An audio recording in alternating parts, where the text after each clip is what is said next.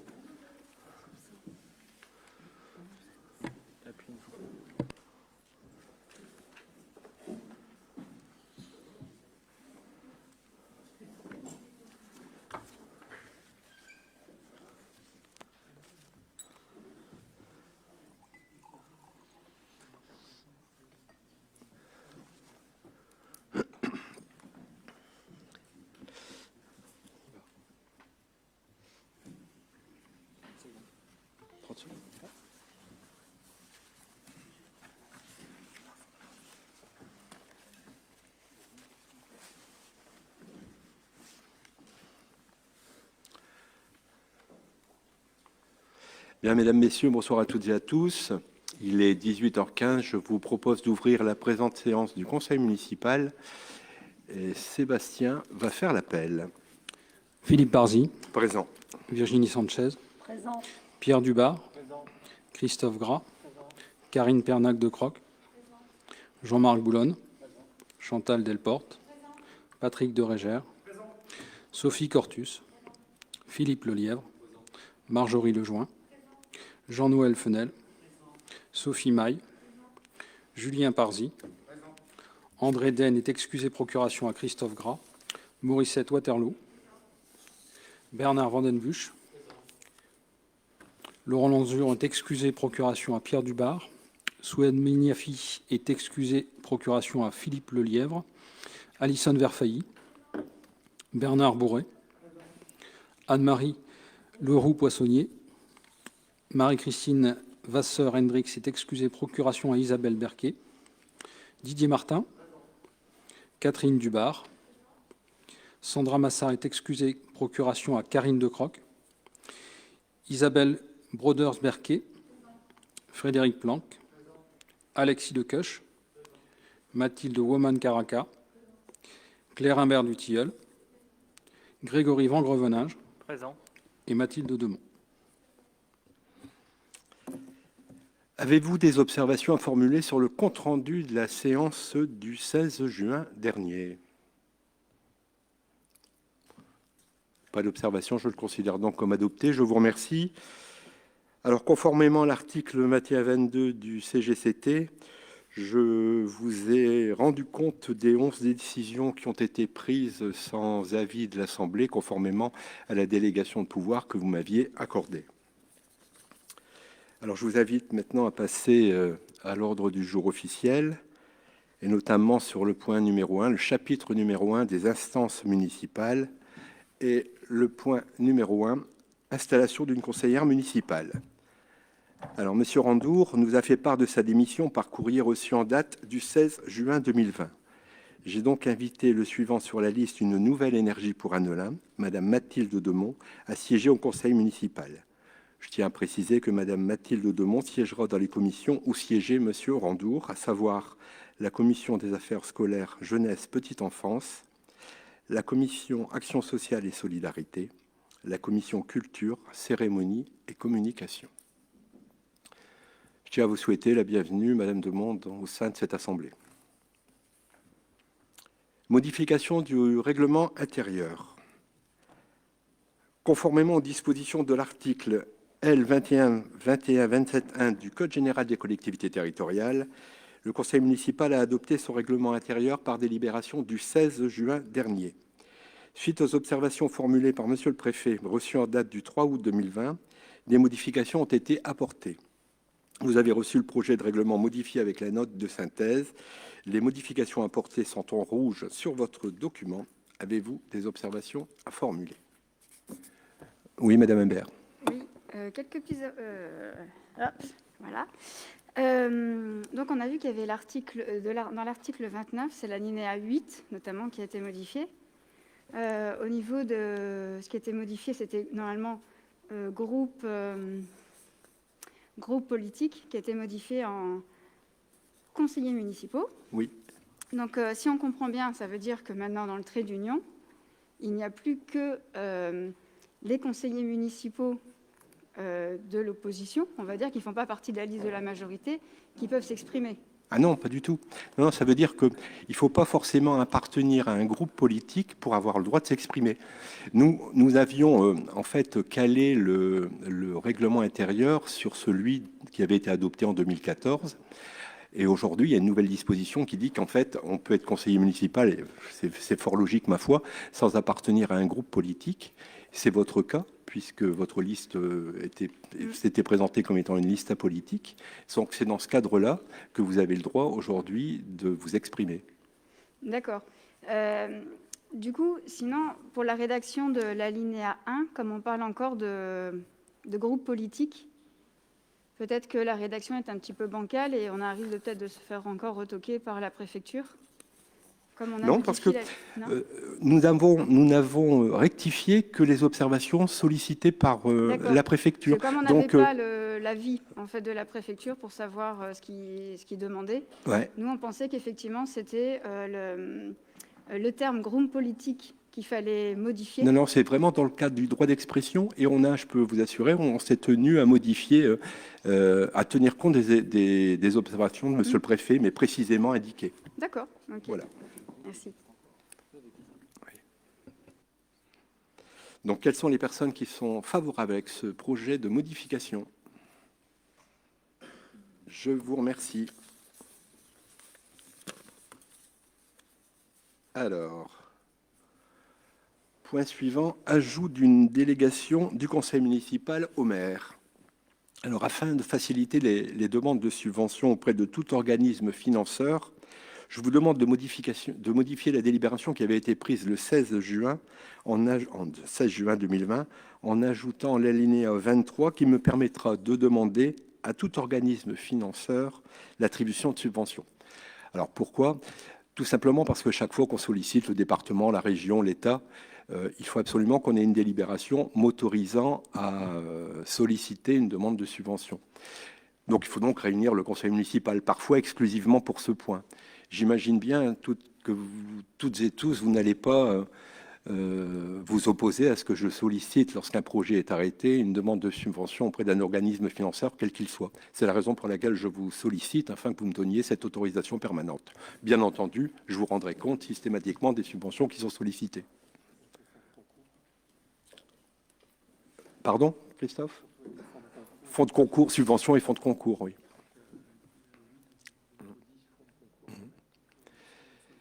Est-ce que vous avez des observations à formuler?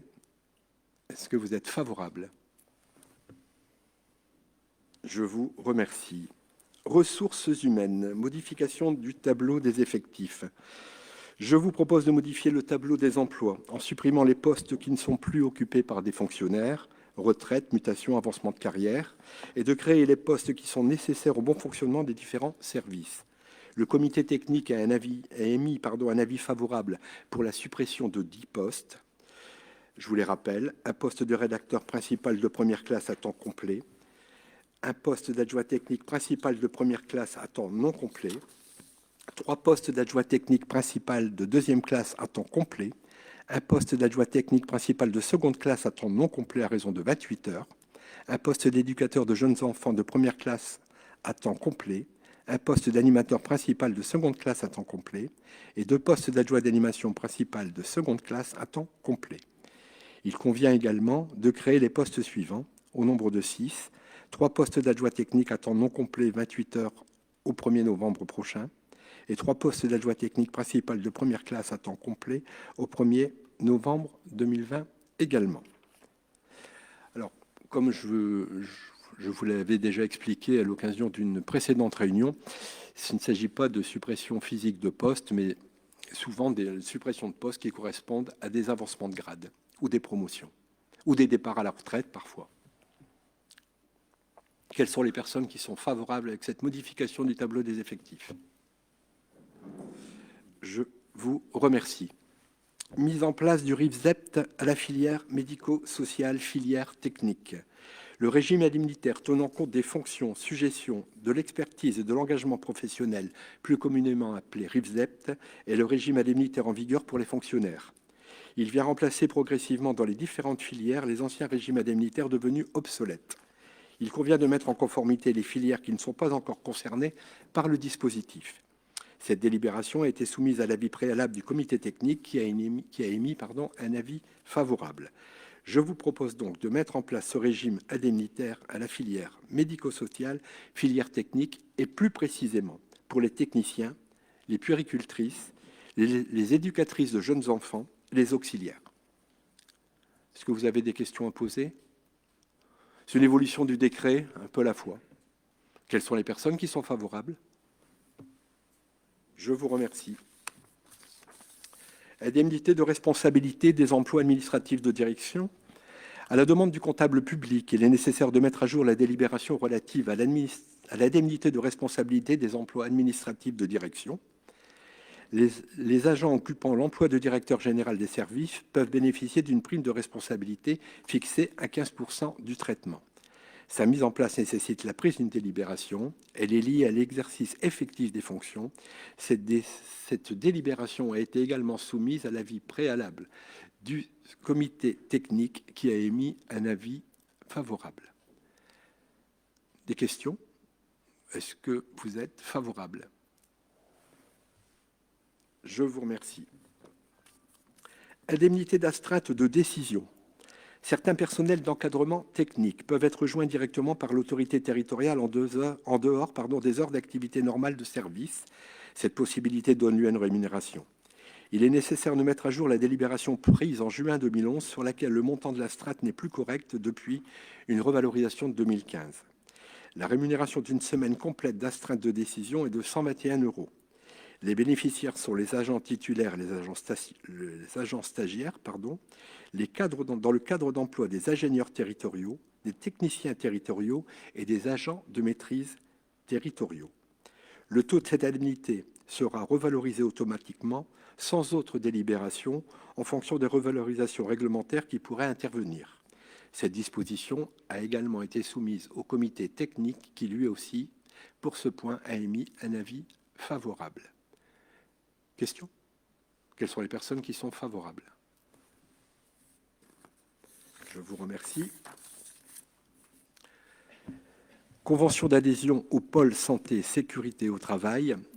Il y a lieu de signer une convention avec le CDG du Nord, convention d'adhésion relative aux services de prévention santé sécurité au travail pour la durée du mandat. La convention vous a été transmise avec la note de synthèse.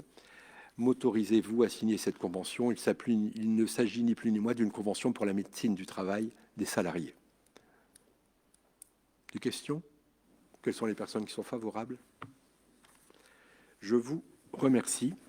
Et on passe au chapitre jeunesse pour lequel je passe la parole à Philippe Lelièvre. Oui, bonsoir à tous et à toutes. Deux délibérations que je vais soumettre à votre vote ce soir. Une première délibération qui avait déjà été votée à l'unanimité lors du dernier conseil municipal, mais que je vais vous demander de revoter sur cette séance sur la création de postes non permanents pour un accroissement saisonnier d'activité, tout simplement pour permettre à monsieur le maire de recruter des personnels pour assurer l'encadrement des jeunes lors des accueils de loisirs permanents que nous avons sur la collectivité. Simplement, lors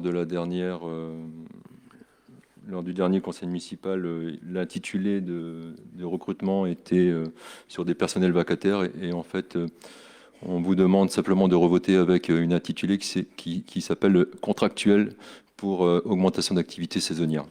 Donc c'est simplement un problème de réglementation. Ouais. C'est exactement la même délibération en transformant vacataire par contractuel. Donc, je soumets au vote. Qui est pour ?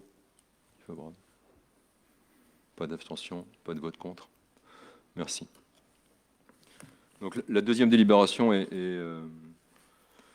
une mise en place d'une formation et d'une bourse au BAFA.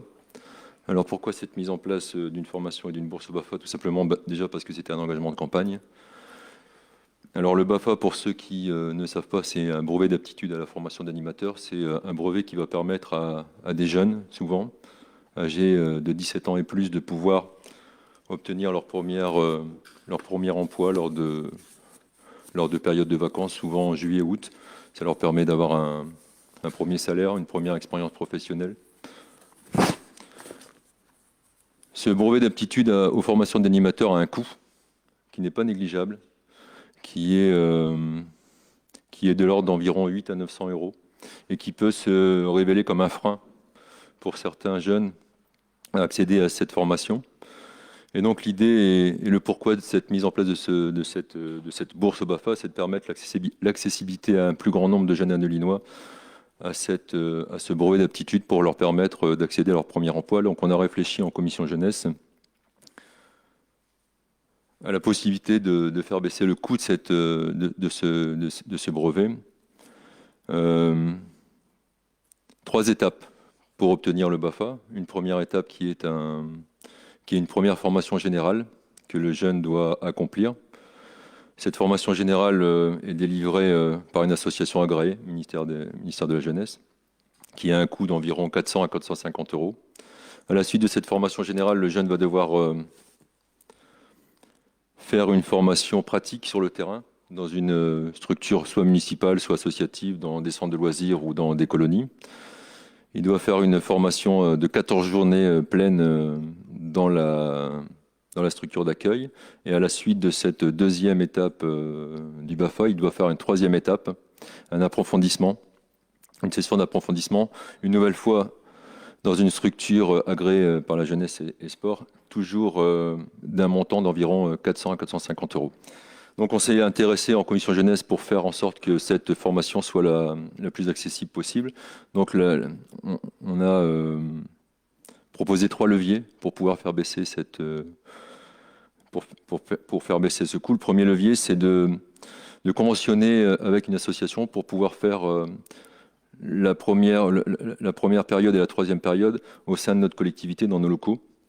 Le bénéfice que les jeunes pourront avoir à partir de cette première action, c'est qu'on va limiter les frais de déplacement. Ils ne vont pas devoir se déplacer dans une ville à l'extérieur. On va aussi faire baisser les frais d'hébergement, car souvent les jeunes sont obligés d'avoir un hébergement à l'extérieur de la commune. Donc on va pouvoir réduire le coût d'une centaine d'euros. Le deuxième levier qu'on va pouvoir actionner, c'est les frais de restauration qu'on va pouvoir offrir à tous les jeunes d'Annelin qui vont pouvoir accéder à cette formation BAFA. Et le troisième levier qui a été décidé en commission jeunesse, c'est de mettre une bourse au BAFA d'un montant de 100 euros pour la première session, la formation générale.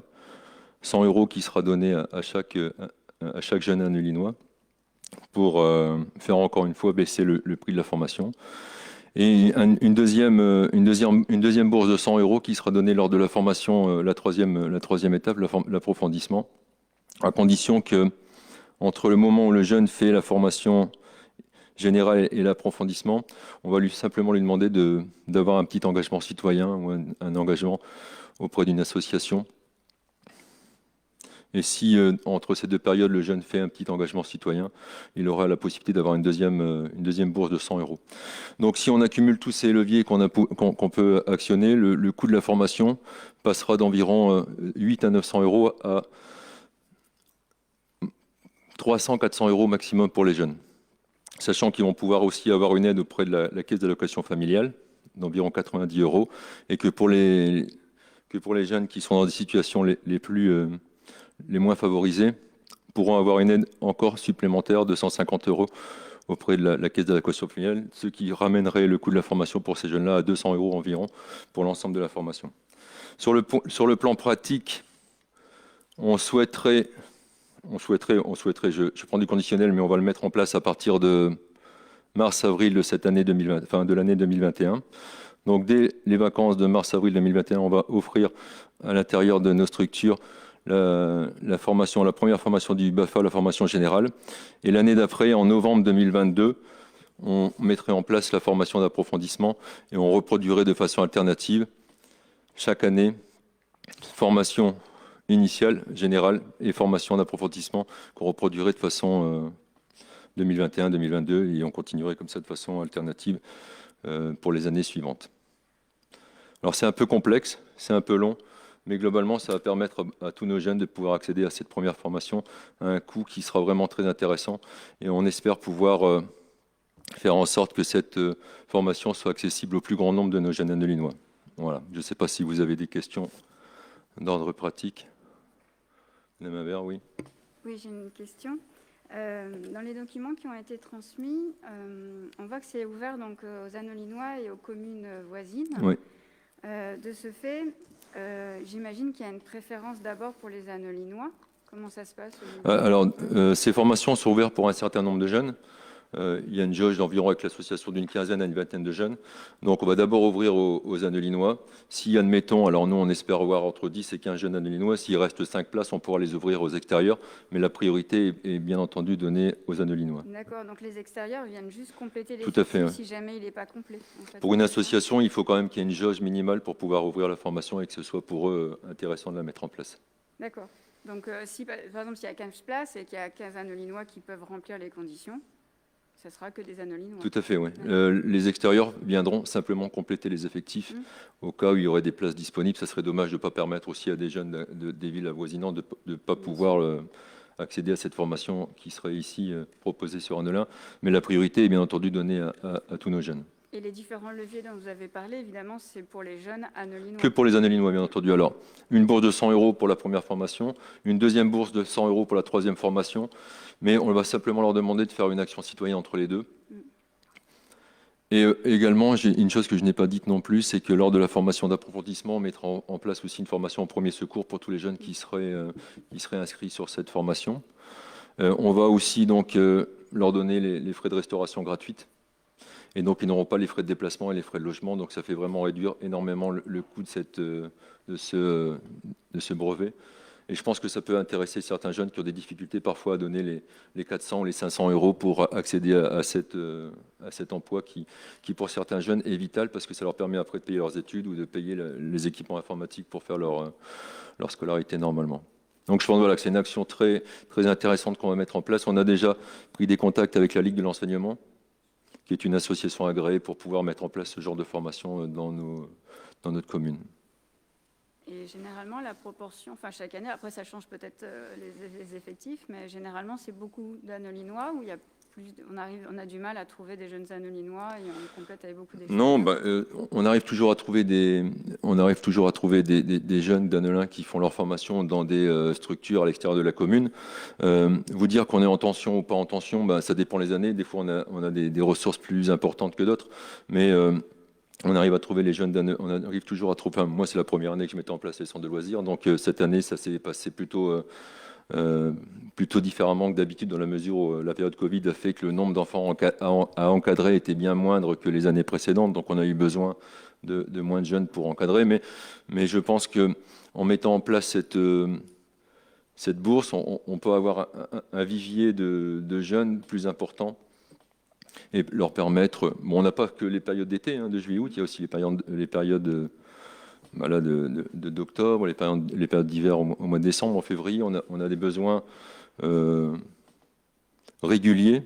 C'est d'ailleurs pour ça que la délibération juste avant permettait à monsieur le maire de pouvoir recruter des encadrants. Et les encadrants qu'on va recruter, ça sera essentiellement et de façon prioritaire les jeunes d'Annelin. Et de la même façon, si on avait des besoins supplémentaires, on pourrait prendre des jeunes à l'extérieur, mais d'abord, on donne la priorité à nos jeunes sur la commune. Merci. On espère toucher une quinzaine de jeunes chaque année sur chaque formation.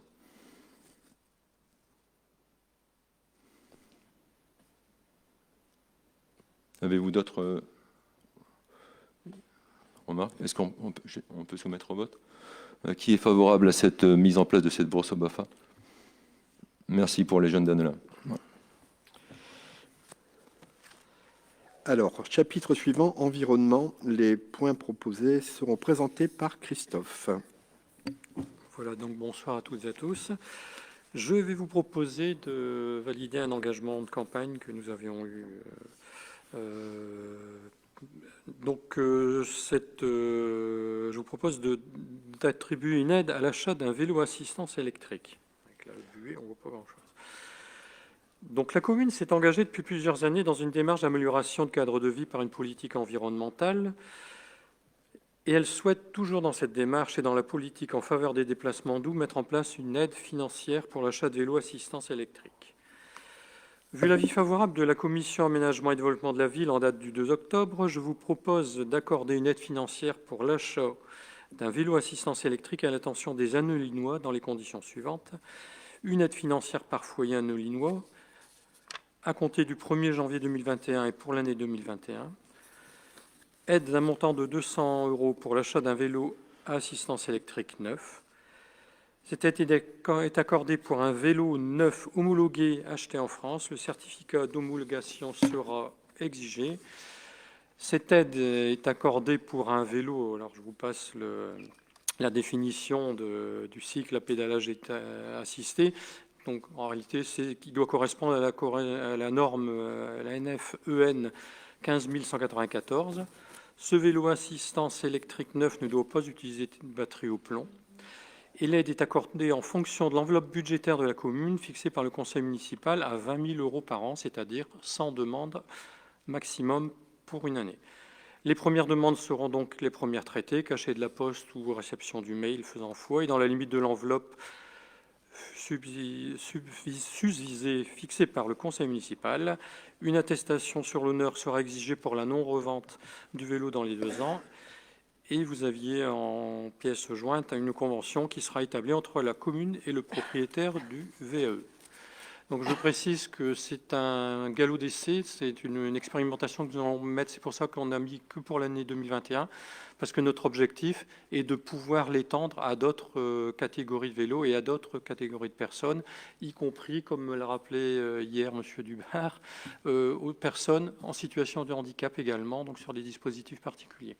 Donc voilà, on commence modeste avec une centaine d'aides, et donc je vous propose de valider ce dispositif.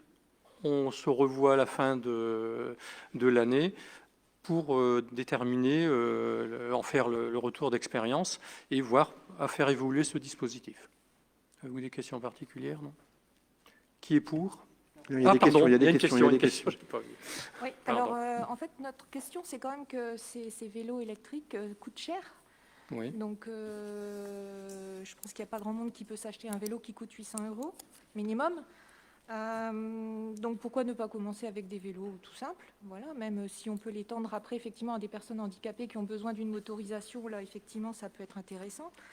On n'est pas totalement convaincu que ça rentre dans une démarche de développement durable parce que tout le monde connaît la problématique des batteries, oui.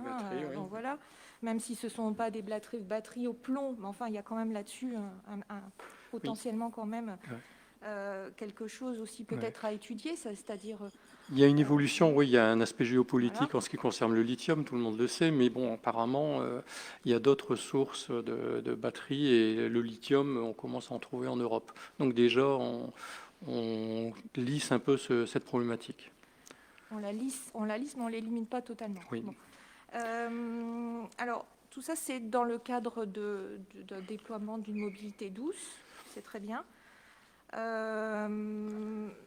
On imagine que c'est dans le contexte d'un déploiement des pistes cyclables dans Annelin. Tout à fait. Pour l'instant, il n'y en a pas beaucoup. Pour l'instant, c'est très difficile de se mouvoir dans Annelin en vélo. On a quand même beaucoup de trafic. Donc, bon, soit, mais on aurait quand même préféré que ces 20 000 €, c'est quand même une somme, soient reversés aux familles qui ont des difficultés à assumer le coût de transport Ilevia, pardon. Voilà. Alors, c'est un dispositif, ce que vous proposez, ça peut faire partie d'un autre sujet. C'est un dispositif que nous étions engagés à mettre en place. Alors, en ce qui concerne les pistes cyclables, nous avons commencé depuis 2 mandats à essayer de créer un réseau. Le problème, c'est qu'au niveau des infrastructures et voiries, nous étions tributaires des possibilités de la CCHD de pouvoir travailler sur ces voiries. En intégrant l'AMEL, nous intégrons une structure qui peut plus facilement mettre en œuvre. Et d'ailleurs, ce matin, nous avions une réunion avec l'unité territoriale Lille-Seclin, justement pour commencer à discuter des projets et des projets d'investissement pour le programme pluriannuel d'investissement en ce qui concerne les voiries, de façon à pouvoir booster la création de ces pistes cyclables. Parce que ce plan de pistes cyclables, il existe, il est dans une annexe dans le PLU de 2007. Donc vous voyez, c'est pas récent. Ce principe, nous essayons de l'adopter et au fur et à mesure qu'on peut engager quelque chose, on le fait. On a aussi un aspect, on travaille avec le département. Le département n'a jamais répondu, par exemple, sur la piste entre Don et Annelin, n'a jamais répondu.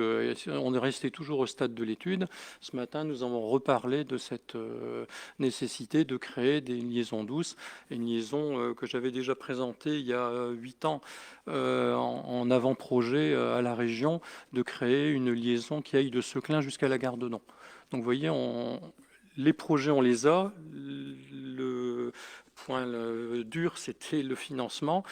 On rentre dans une structure qui a plus de possibilités. Et justement, on est en train déjà de travailler sur le futur déploiement de nouvelles pistes. Voilà. Je permettrais d'ajouter également, nous sommes en début de mandat, que, comme le rappelait M. Gras, c'est un point de notre programme qui a été, faut-il le rappeler, largement plébiscité par les Annelinois.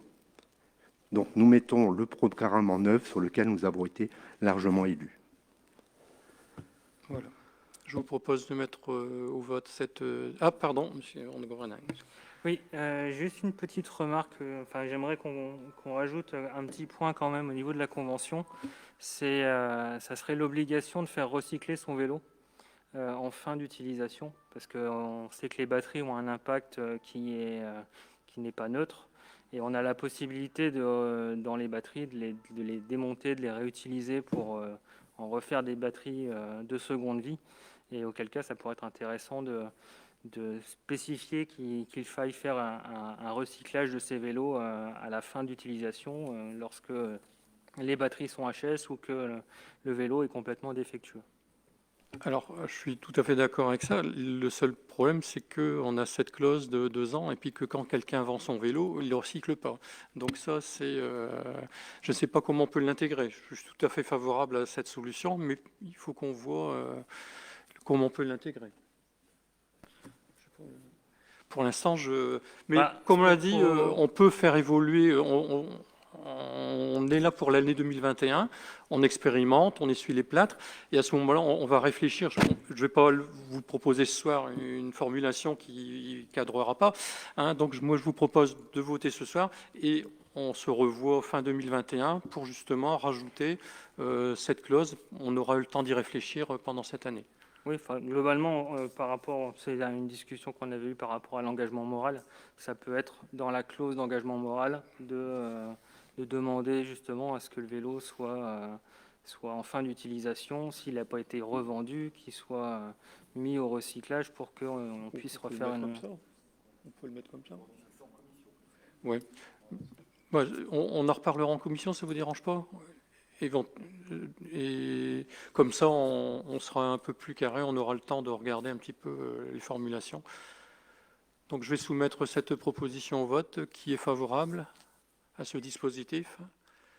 Qui s'abstient? Je vous remercie. Alors, point suivant, modification de la charte de fonctionnement de la commission locale climat. Christophe. Alors, en date du 11 février 2020, nous avions mis en place la commission locale climat et la charte qui s'y rapportait avait été adoptée. Suite aux évolutions issues de la mise en place d'une nouvelle effectif communal et afin de procéder aussi à quelques correctifs sur le texte de la charte initiale votée le 11 février, je vous propose d'approuver la version amendée que vous avez eue en pièce jointe et sur laquelle nous avions travaillé lors de la commission du 2 octobre. Qui est favorable à cette modification? Je vous remercie. Chapitre urbanisme, Christophe va présenter les différents points également.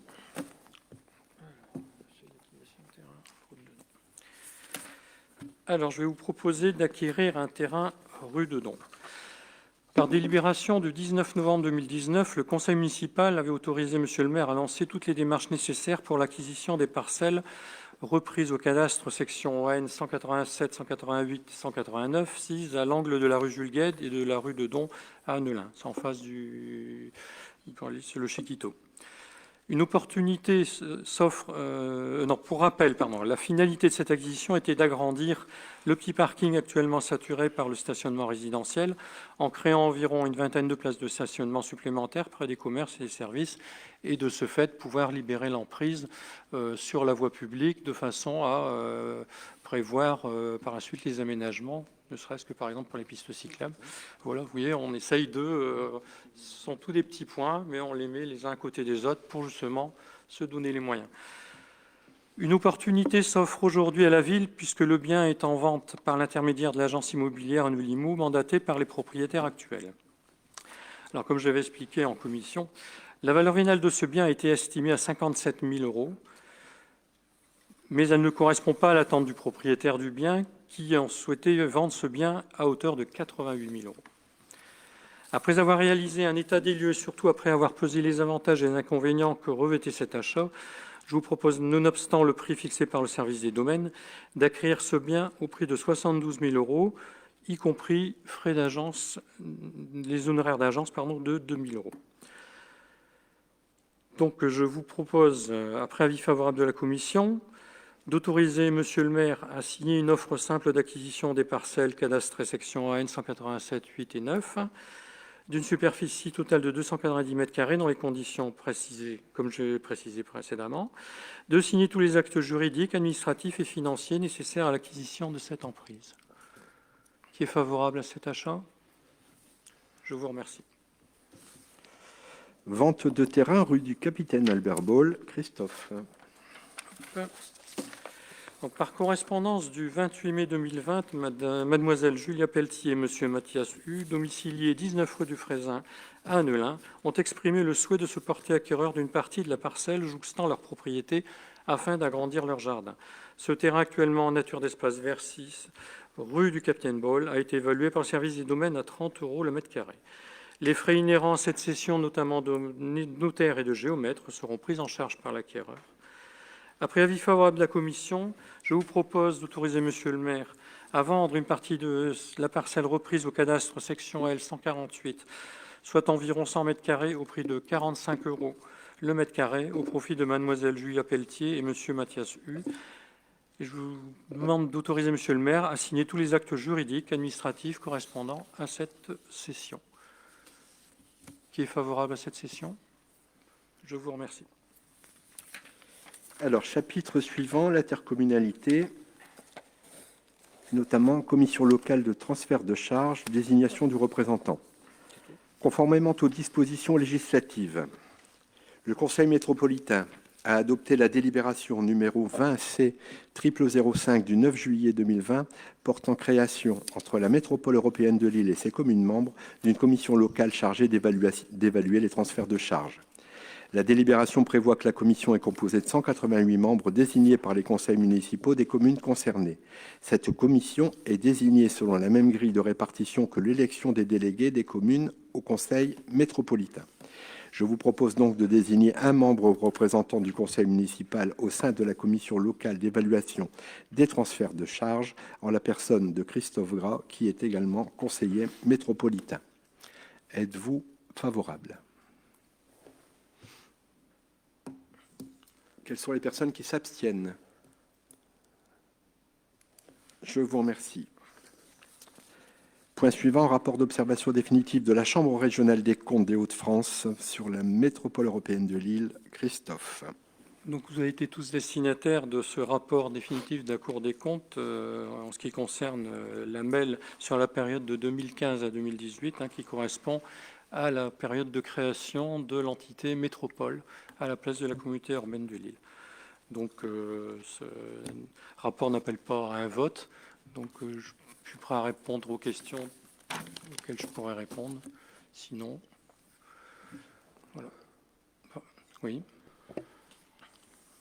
Alors, il est dit dans ce rapport que la MEL a pris bail pour une durée de 18 ans un bâtiment nommé Biotope Oui. pour un montant total de 144,8 millions d'euros. Alors, c'est quand même beaucoup d'argent public. Comme nous sommes rentrés fraîchement dans la MEL, quel sera l'impact pour les Annolinois? Alors, l'impact, si vous avez lu le rapport jusqu'au bout, vous vous rendrez compte que cette somme paraît bien sûr faramineuse, puisqu'on est dans une autre échelle que l'échelle communale. Mais vous avez pu voir que le coût du loyer au mètre carré est inférieur de 25 € le mètre carré par rapport au marché actuel. Alors, pourquoi ça correspond? Pourquoi le biotope a été envisagé? Alors, le biotope n'était pas un bâtiment qui était destiné à devenir siège de la MEL au départ. Je vous rappelle, si vous avez lu le rapport, qu'il était prévu pour l'Agence européenne du médicament. Dans un même temps, la communauté urbaine de Lille se constituant en MEL, avec de nouvelles compétences, devait se poser la question du devenir de son siège, qui était vétuste. C'est un siège qui date des années 60 et sur lesquels il y avait de fortes suggestions. Donc il a été à l'époque décidé que dans un premier temps, il était plus intéressant, et là, dans le rapport de la Cour des comptes, l'étude qu'avait fait la MEL porte sur une période de 18 ans, alors que le rapport de la Cour des comptes veut l'inclure sur une période de 36 ans. Or, la MEL n'a jamais caché qu'elle voulait le louer que pour 18 ans. Donc voilà un petit peu le paradigme. Alors, dans le rapport de la Cour des comptes, il est dit aussi que c'était un bâtiment qui n'était pas adapté. Or, c'est un bâtiment qui est loué en BFA. BFA, bail en futur état d'achèvement. Qu'est-ce que ça veut dire? Ça veut dire que ça permet, au travers d'une transaction entre l'investisseur et le futur bailleur, de pouvoir prendre un engagement sur la base du futur achèvement qui correspondra à des installations nécessaires à la MEL. C'est-à-dire que les bâtiments, avant d'être construits, ils n'ont pas été achetés sur plan. Ils ont été achetés avec négociation par exemple, le restaurant, sur des locaux qui soient adaptés au fonctionnement de la MEL. Voilà, donc c'est un petit peu ce que je voulais vous préciser. Alors, l'historique, nous n'étions pas là, donc je ne peux pas vous dire comment se sont passées les négociations, nous n'avons pas participé au débat, bien sûr. Mais bon, je tenais à ce que ça soit remis un petit peu dans son contexte, un contexte où on a la création d'une métropole avec une loi, la loi MAPTAM, la loi sur l'affirmation des métropoles, sur lesquelles il y avait au départ aussi des opportunités de pouvoir prendre des prérogatives du département supplémentaires. Et à l'époque, c'était aussi quelque chose qui était discuté. Et donc, tabler sur la création d'un siège sans savoir si dans les 10 années qui viennent, il était adapté, il ne devrait pas évoluer, je pense que ça a été un des facteurs qui a poussé sur la location d'un bâtiment en attendant, la stabilisation des entités. C'est mon interprétation. Alors, ceci étant, pour vous répondre, madame, précisément, à ce jour, il n'y aura aucune incidence fiscale, puisque c'était votre question à l'origine. Si on se souvient bien, vous savez, le Grand Stade avait fait parler de lui en son temps aussi. Les détracteurs disaient que les métropolitains seraient asphyxiés de par l'opération du Grand Stade. On a vu ce que ça donnait. Aujourd'hui, on parle d'une métropole d'1,2 million habitants. Vous avez raison de dire que cette somme est colossale, mais il faut la ramener. Il faut savoir aussi la ramener au nombre d'habitants pour avoir une juste proportion et se rendre compte que des petites villes, en ratio, sont bien plus endettés que ne peut l'être aujourd'hui la métropole. On a une capacité de désendettement de 3 années 75. Il faut savoir que, faut savoir que on commence à s'inquiéter au-delà de 11 années. Et au bout de 3 années 75, la MEL a cette faculté de désendettement, ce qui est un ratio j'ai envie de vous dire, excellent.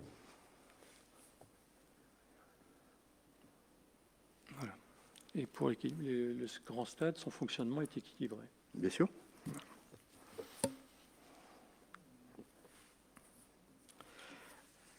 Est-ce qu'il y a d'autres observations, d'autres questions, s'il vous plaît?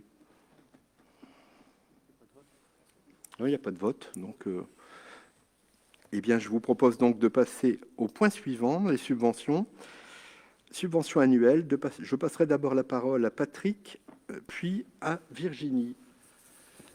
Oui, donc bonsoir à toutes et à tous. Donc la subvention donc, concernant le BCA, Basket Club Annelinois, nous avions annoncé lors du dernier conseil municipal le souhait de mettre en suspens le versement annuel au profit du BCA, car le dossier de subvention avait été remis à l'époque par l'équipe dirigeante qui était démissionnaire. Et à l'époque, le bateau naviguait un peu sans capitaine. Donc nous avions souhaité, de la part de la nouvelle équipe qui a été donc élue par l'Assemblée générale en juin, de connaître leurs intentions et qu'ils nous transmettent un nouveau dossier de subvention avec leur projet chiffré. Donc ce dossier, nous l'avons reçu. Il a été étudié en commission et à l'unanimité, il a été décidé que ce montant de 8 000 € serait versé donc au BCA. Voilà. Qui est pour? Moi, J'ai une question, Patrick. On parle du BCA ou on parle de l'ensemble de la proposition? Pardon? Là, vous demandez à vote pour le BCA ou pour l'ensemble de la proposition? Pour le BCA? Ah, mais d'accord, pardon. Parce que j'avais des précisions à demander pour les autres, c'est pour ça. Non, BCA uniquement. Mais sinon, si vous en avez, je n'hésiterai pas à dire, bien évidemment. Juste une précision générale pour savoir si effectivement les sommes qui avaient été accordées, que ce soit pour le BCA ou les différentes associations, c'était celles qu'elles avaient demandées. En ce qui me concerne, le BCA, oui. D'accord. Et Je ne peux pas répondre pour les autres. Pour les autres, Virginie va... va... en commission et ça satisfait leur demande. Parfait. Merci. Donc, vas-y, il faut quand même... Donc je remets au vote parce que je ne sais pas. Il n'a pas voté. Je ressoumets au vote, donc 8 000 € au profit du BCA, qui est pour. Je vous remercie. Bonsoir à tous et à toutes. Alors, comme je viens de l'expliquer, les montants qui sont proposés et qui ont été vus en commission sont à la demande des associations pour équilibrer leur budget. Donc, il s'agit de l'association de l'école Jean Carpentier pour un montant de 2 400 € et l'association des parents d'élèves LACA, qui est le groupe scolaire Baudelaire, pour 650 €. Donc, je vous demande d'autoriser Monsieur le maire à verser ces subventions. Êtes-vous favorable?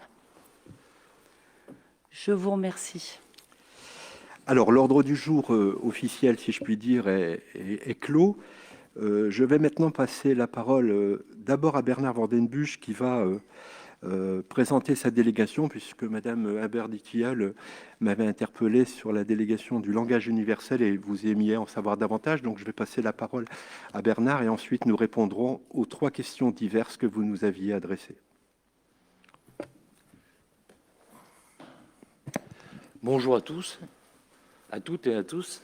Voilà, donc la volonté, enfin notre volonté de créer cette délégation correspond à une demande de plus en plus importante. On le voit dans les écoles, dans les familles, où on a une partie de la population qui est complètement écartée de la communication. Alors la communication, c'est un peu particulier. Excusez-moi, je vais baisser un peu mon masque parce que je vois rien. C'est un peu particulier parce que on se retrouve dans des situations qui sont complètement diverses. Donc, en effet, on a les sourds, on a les muets, on a les allophones, on a des enfants qui se retrouvent dans des situations familiales difficiles. Ce n'est pas systématiquement des familles considérées comme, on a tendance à le dire, cassos. On trouve ça dans toutes les situations. Et donc, il est important d'apporter une solution et on peut le faire de façon ludique. C'est notre objectif. Attention, nous ne sommes pas là pour former des gens. Peut-être que ça viendra avec le temps, mais pour l'instant, notre objectif, c'est d'apprendre juste un simple moyen de communication entre les enfants, et on peut le faire dans les classes maternelles, primaires, tout simplement avec des frises, des photos, comme j'ai pu le mettre pour ceux à qui j'ai pu remettre le document, des photos. Et ces photos, on voudrait les faire avec les enfants des écoles, de telle manière à ce qu'ils se sentent concernés et que peut-être ça apporte des désirs d'aller plus loin, quoi. Voilà. Mais nous ne sommes pas là, nous ne sommes pas des formateurs et on ne peut pas se le permettre pour l'instant. On répondra à ces demandes au fur et à mesure de l'évolution.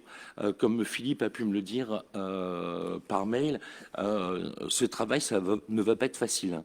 Il faut savoir que, je veux dire, en général, les enseignants n'aiment pas qu'on leur amène un travail supplémentaire. Ils en ont déjà largement assez. Mais en l'occurrence, donc nous, enfin tout au moins moi, mon travail, ce sera de leur apporter des solutions et de telle manière à ce que ce soit uniquement ludique entre eux et leurs enfants. Voilà. Donc on va présenter ça sous forme de photo. Je vais juste vous montrer une petite photo comme ça. Et en fait, l'objectif, ce sera de faire des messages comme ça, bonjour, au revoir, etc. Des mots simples, d'accord. On ne va pas commencer à leur apprendre l'alphabet, ou alors ça sera suivant le désir des enseignants, s'ils veulent aller plus loin. Mais leur apprendre des mots simples, mais ce qu'on aimerait, c'est que ce soit fait dans toutes les écoles, de telle manière à ce qu'un enfant ne se retrouve pas exclu. Parce que c'est ça la plus grande difficulté, quoi. Il faut savoir une chose, dans le handicap, et je peux parler de presque tous les handicaps, le plus difficile, c'est le regard des autres. Voilà. Et c'est ce qu'on essaye de mettre, je dis en Erzeig, on veut absolument que on puisse protéger un peu, enfin c'est même pas protéger, mais mettre en communication tout le monde, tranquillement, tout en s'amusant. Voilà un petit peu comment ça devrait se passer. Après, le projet évoluera certainement avec le temps. Alors, quand je dis avec le temps, on verra les réactions des enseignants, parce que ce sont eux qui vont nous donner le tempo. Il faut savoir que ce projet, il n'est pas fixé. Chacun peut y mettre sa pierre, bien sûr. Chacun peut apporter ses idées, etc. Bon, Swan n'est pas là ce soir. Je sais qu'elle travaille avec les autistes, par exemple, de l'IME. Et dans ce cadre, ils sont obligés de passer par le langage des signes. Il faut savoir que quand un enfant autiste réagit, ce qui peut nous paraître, nous, de façon violente, en général, ce n'est pas de la violence, c'est une demande, c'est un besoin. Okay, c'est un besoin de dire j'ai faim, j'ai soif, j'ai mal à la tête, j'ai mal au ventre, etc. Et son seul moyen à cet enfant, c'est de hurler. Voilà pourquoi on fait ça. Voilà. J'espère que j'étais assez clair. Si vous avez des questions, n'hésitez pas. Je peux me permettre de rajouter quelque chose, Bernard, juste pour dire que tu peux tout permettre. Bernard vous a présenté le projet. Il faut savoir que nous en avions un petit peu discuté avec les directeurs des écoles et les enseignants qui seraient favorables à ce projet. Ils le sont, juste qu'il n'y a pas encore une mise en place parce qu'actuellement, les directeurs d'école ont énormément de travail compte tenu des conditions sanitaires, etc. Et c'est pour ça qu'il n'y a pas eu on aurait espéré mettre ça aller plus vite, en avant, bon, plus rapidement, mais actuellement, c'est un peu en suspens compte tenu de la situation actuelle. Mais on avait déjà, au préalable, un accord favorable, c'était reçu favorablement dans les différentes écoles d'Annelin. Voilà ce que je voulais préciser, Bernard. C'est très bien, hein, Virginie. Ouais, justement, c'est ce que je voulais vous demander, c'est parce qu'effectivement, le projet est honorable, mais alors sa mise en application, elle va être quand même assez compliquée. Bon, vous avez du coup répondu à cette précision. Ça va être fait au fur et à mesure, mais déjà dans les écoles, c'est vrai qu'ils sont déjà débordés par beaucoup de choses. Il faut souligner que c'est juste une initiation, c'est quelques minutes par jour sur un temps d'enseignement de la journée. Il ne s'agit pas de faire un enseignement, mais vraiment une approche, une ouverture d'esprit pour les enfants. Et c'est dans ce cadre-là que ça s'inscrit. En aucun cas, il s'agit que les enfants apprennent et soient en capacité à la fin de leur scolarité de connaître. Mais c'est vraiment une approche, une initiation. Et peut-être donner envie aussi aux enfants d'apprendre après. En fait, c'est simple. C'est pour ça que j'ai mis cette photo, tout simplement parce que, je veux dire, une institutrice, un instituteur, quand il rentre le matin, il peut dire bonjour avec le langage des signes. Il peut dire au revoir avec le langage des signes. Vous voyez, c'est juste ça. Et il faut savoir, enfin, je ne sais pas si vous pratiquez les écoles, il faut savoir qu'on fait des frises, par exemple, avec du Moyen-Âge jusqu'à la Seconde Guerre, vous voyez, pour que ça rentre intellectuellement dans leur tête. Et là, si on arrive à le faire avec leur image à eux, l'image des enfants des écoles, je pense que ça devrait les attirer, ça devrait les interpeller. Voilà, c'est l'objectif c'est le simple objectif. Voilà. L'évolution se fera après, tranquillement. On verra comment ça se passera. On ne peut pas aujourd'hui se permettre de dire ce qui va se passer. On sait juste que si on arrive déjà à faire ça, on aura fait déjà un joli pas.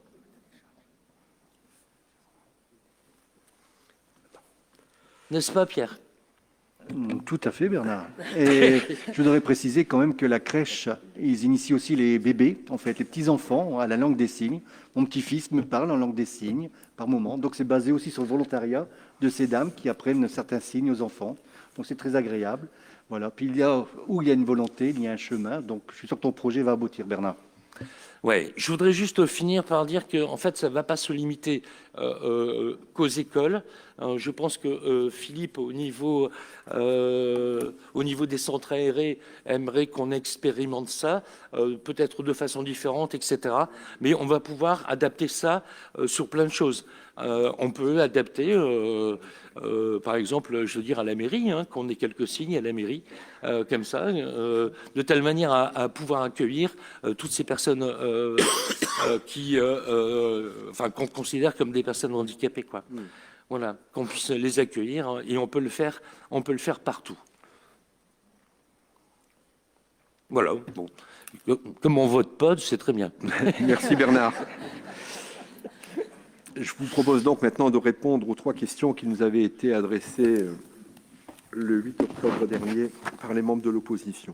Je vais répondre à la première, je passerai la parole à 2 de mes collègues qui s'exprimeront sur des sujets qui les concernent. Alors, une enquête interne aurait été diligentée en raison des carences dans la distribution des masques offerts par la région, suivant le contrat de distribution signé avec la Poste. Où en est cette enquête ?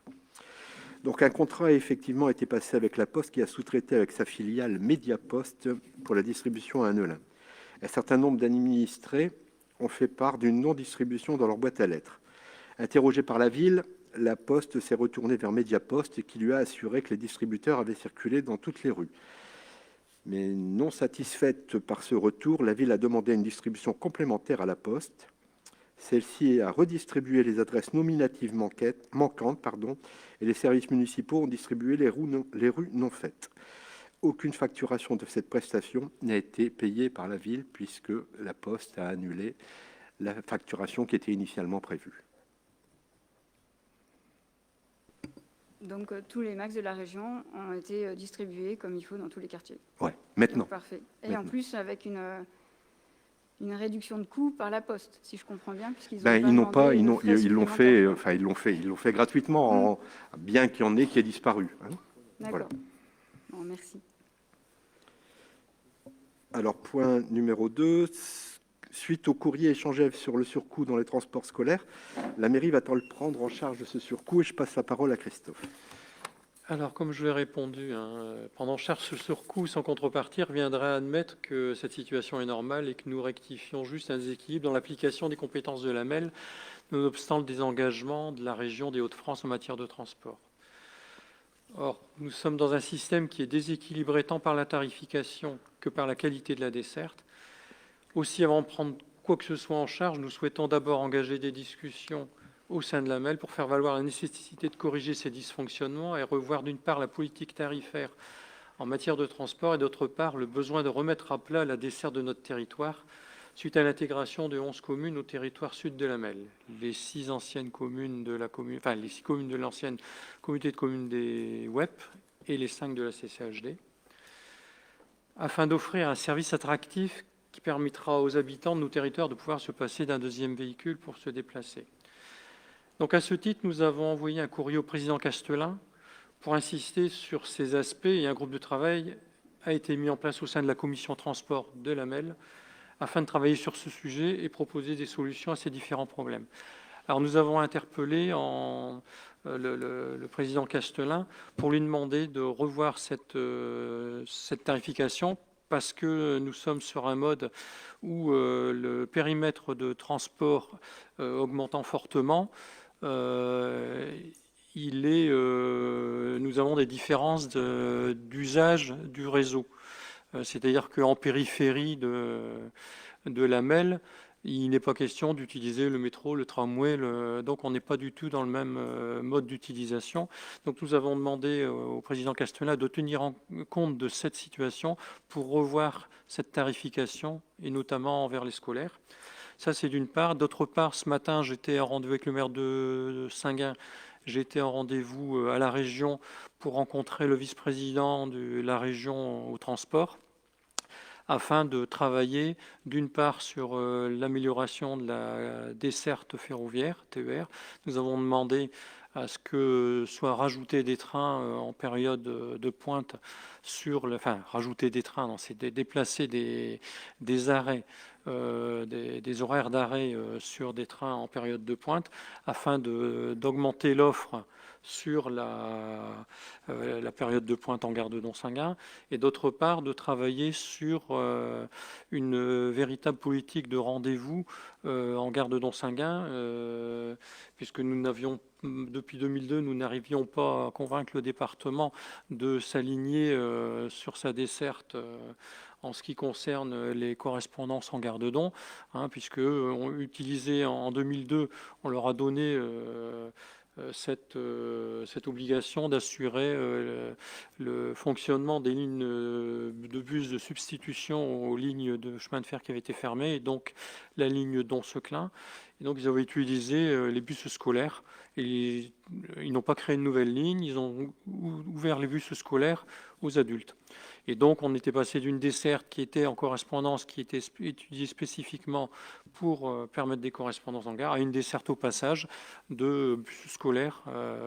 Et donc, on avait toute cette partie de correspondance qui était complètement éludée. Donc, voilà. Donc, aujourd'hui, je dois prendre rendez-vous avec l'assistant de M. Dersin, qui est le IVP Transport, pour travailler sur cette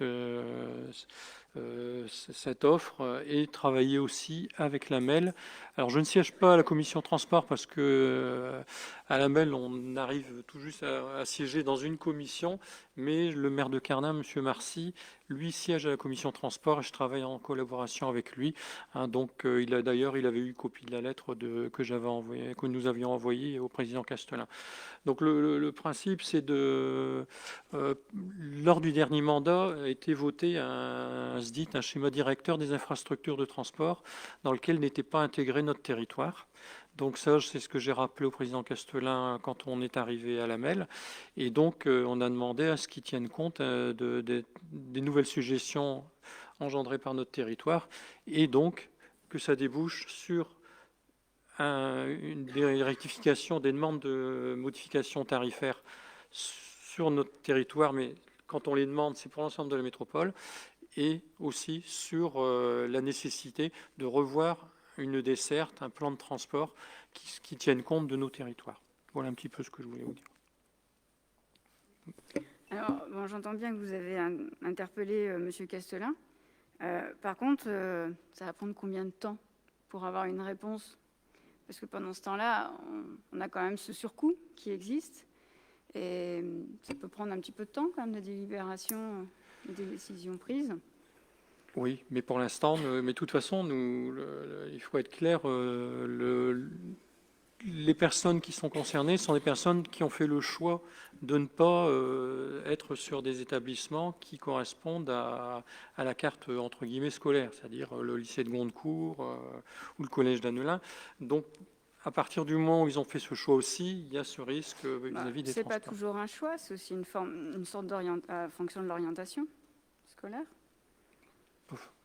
Donc, c'est pas toujours un choix. Oui, c'est pas toujours un choix. D'accord.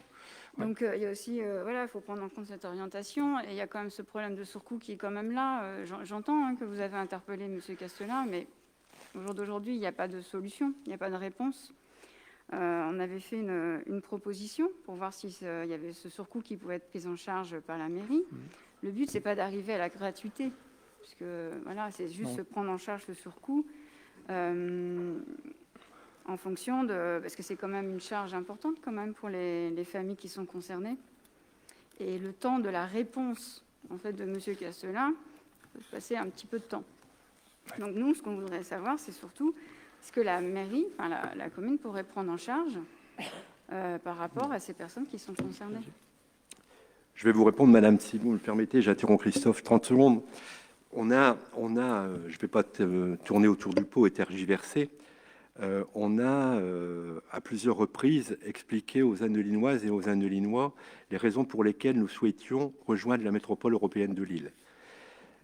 Il y avait un certain nombre d'avantages. Vous n'êtes pas sans avoir lu les différents documents que nous avons publiés. Il y avait un inconvénient. L'inconvénient, le point noir, c'était les transports. Pourquoi nous avons insisté pour entrer à la métropole? Parce que nous avons fait, si je puis dire, fait les comptes, les plus et les moins.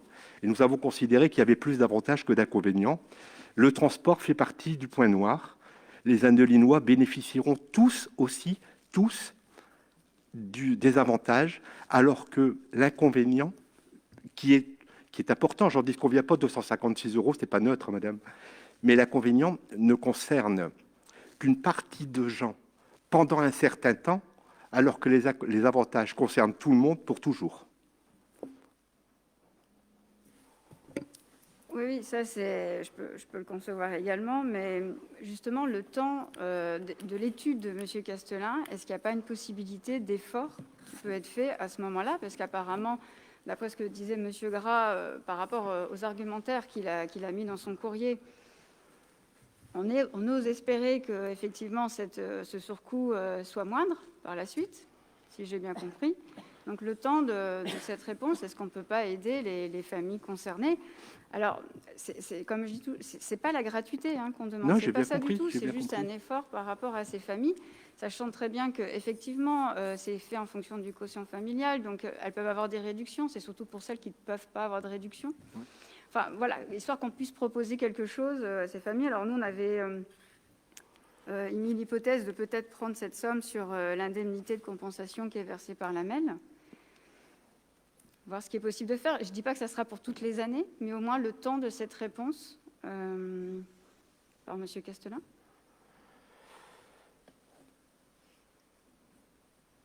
Moi, écoutez, sur le principe, j'estime que le CCAS, alors le CCAS, la ville, vous allez me dire aujourd'hui on est en conseil municipal, mais vous savez très bien que le centre communal d'action sociale fonctionne avec une subvention municipale, et donc s'il fallait parler d'aide, ça passerait forcément par le centre communal d'action sociale. Donc, moi, ce que je veux redire aujourd'hui, c'est que pour les étudiants, nous avons déjà une action qui n'est non négligeable, puisque nous versons déjà une bourse étudiant. Alors, je répète, je comprends bien, madame, votre question, et je vais vous donner une réponse. De toute façon, je n'ai pas pour habitude de tourner autour du pot. Mais aujourd'hui, vous me parlez du débours, si je puis dire, financier que connaissent les familles qui ont des enfants scolarisés sur le territoire métropolitain. Je vous répète, je le partage, et vous demandez à ce que la ville participe. Je vous réponds, oui, c'est un surcoût, mais est-ce que, madame, pour chacune des familles qui est venue manifestement vous parler de ce surcoût, vous leur avez demandé quels étaient les avantages qui avaient été procurés par l'AMEL? Parce que ce n'est pas 256 € net. Aujourd'hui, ils gagnent 1 €. Le prix de l'eau, c'est 1 € de moins le mètre cube. Les taxes foncières, c'est inférieur. La taxe d'enlèvement des ordures ménagères, c'est inférieur. Que je vous dise pas de bêtises, il ne faudrait pas que j'en oublie. L'impôt métropolitain, de façon générale, il est inférieur à l'impôt qui était facturé par la communauté de communes. On avait conscience, madame, de ce point-là, de ce point noir, qui est celui des transports, du moins dans l'immédiat, jusqu'à ce qu'on puisse, je l'espère, obtenir satisfaction. Il y avait des plus, il y avait des moins. Moi, je ne suis pas favorable. Je ne vous cache pas que je ne suis pas favorable. Voilà, je préfère être clair avec vous. Je ne suis pas favorable parce que tout se pèsera avec les plus et les moins, comme je vous le disais, clairement. Voilà. Si je peux me permettre. Mais bien sûr, madame, je vous en prie. Les plus, les avantages, ils vont être pour tout le monde. Oui. Là, ce surcoût, il n'est pas pour tout le monde. Non. Et au jour d'aujourd'hui, est-ce qu'on peut connaître les chiffres de savoir combien de familles ça touche concrètement? Alors, pour voir un ordre d'idée sur la somme qui pourrait être engagée par rapport à ce surcoût. Est-ce qu'on a moyen de connaître ces chiffres? Je sais pas, ça doit exister. Je sais pas par quel moyen on pourrait passer, peut-être en téléphonant, peut-être en appelant les lycées. J'imagine que ça doit être possible. Les enfants scolarisés. Ouais, il faut appeler tous les lycées de la région. Madame, moi je veux bien, je vais... Non, c'est juste pour essayer de trouver Mais non, une mais c'est solution. pas, madame, mais moi je n'ai rien contre votre question, et puis on est là pour ça, de toute façon, on est là pour discuter. Mais moi, si vous êtes OK, madame, moi je veux bien vous confier cette mission, appelez les lycées de la région, et puis revenez avec le nombre d'Annelinois concernés, et puis voilà. Après tout, vous êtes élus comme chacun d'entre nous ici, madame. Oui. Non, mais c'est parce que je pensais qu'il y avait peut-être des statistiques en Non, mairie. non, on n'a pas de documents. On n'a pas de documents maintenant. On les aurait si on appelle. Voilà. C'était juste ma question. Eh ben, des c'est statistiques en mairie pour savoir voilà, c'est le ma nombre réponse. de collégiens ou lycéens. Hein? Oui, on a eu, oui. Alors, je ne sais pas si ça peut, mais de toute façon, ça va sans doute pas, peut-être pas vous satisfaire. Un indice. On a été questionné. On a eu moins d'une dizaine de questions. Voilà, suite à ce surcoût. 2-3 mails, moins d'une dizaine de questions globalement.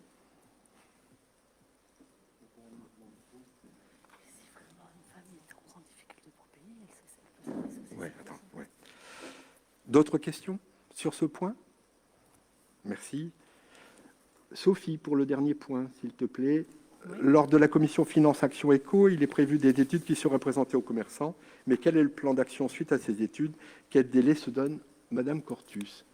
Bonsoir à toutes et à tous.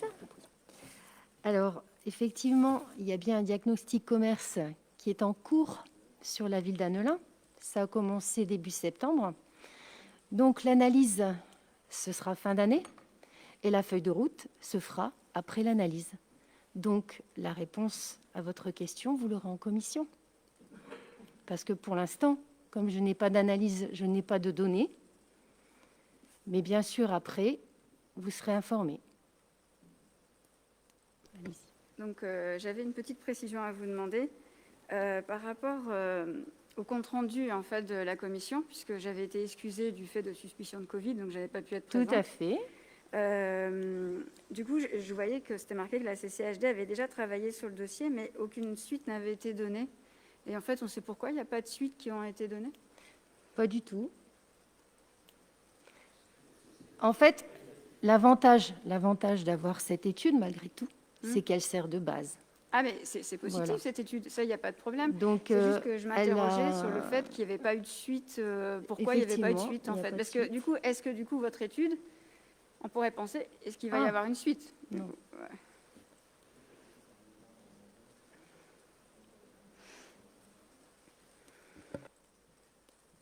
Pour la réponse, comment? Oui. Oui. Excusez-moi, mais j'étais à la CCHD, la commission développement économique aussi, et c'est vrai que ça s'est présenté tardivement dans le mandat, je crois. Donc le président a fait ce qu'il a pu, mais je crois qu'il n'a pas pu mettre en place certaines choses.